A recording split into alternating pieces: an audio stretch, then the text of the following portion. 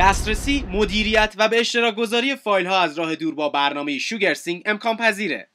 با برنامه شوگرسینگ میتونید فایل هایی رو که از روی کامپیوتر یا آیفون خودتون روی فضای اینترنتی ذخیره کردید رو ببینید و به اونها دسترسی داشته باشید.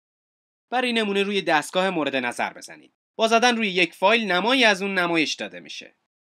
با زدن روی این دکمه گزینه‌هایی برای به اشتراک گذاری و یا اجرا رو میبینید. همچنین این برنامه میتونه فولدرهای روی دستگاه و فضای اینترنتی رو با هم سینک کنه. برای این کار در قسمت فولدرها روی علامت روبروی نام فولدر بزنید و حالا دکمه سینک تو آیفون رو انتخاب کنید.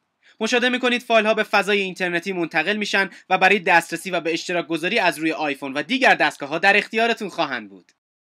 برای دیدن پادکست های دیگه به applestan.com سر بزنید.